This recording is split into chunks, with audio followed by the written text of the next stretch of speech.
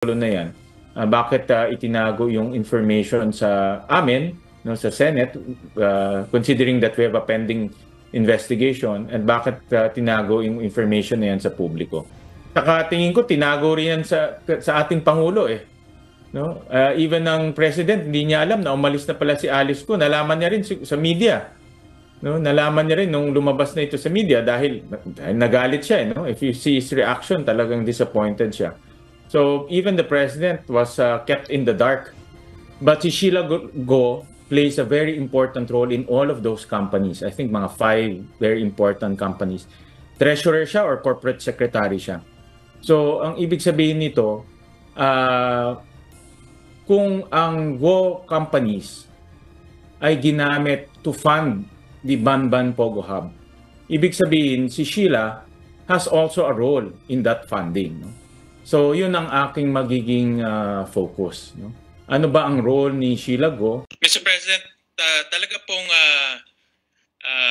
pinaglalaroan ho tayo at iniinsulto ang ating institusyon dahil nung August 15, 2024, nag-file po si Go Huaping aka Alice Go ng motion to reopen and admit attached counter affidavit.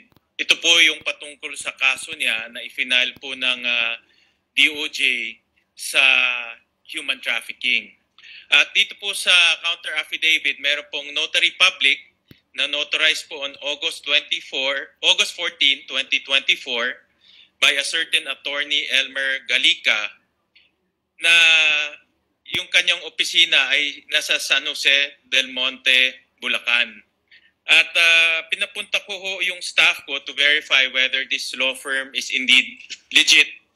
May law firm naman po, may tao naman po sa law firm. Wala ho si attorney Galica doon, pero nakausap po ng staff ho natin sa telepono. At ang sabi ho ni attorney Galica na si Go Huaping ay pumunta sa kanya personally on August 14, 2024. So, talaga hong may pinagloloko ho tayo dahil parang lumalabas at bumabalik at despite na meron pong arrest warrant ay hindi ho ito pinapansin at imbes lumalabas at bumabalik po sa ating bansa. Kung totoo po na meron ho siyang personal appearance dito po kay Attorney Galica. So, dapat ho maimbitahan rin po to si Attorney Galica sa next hearing po ni Senator Rizzo Hontiveros para marinig po sa kanya mismo kung talaga bang merong personal appearance. Dahil sabi niya, base po sa interview ng ating staff, na meron pong personal appearance po sa kanya.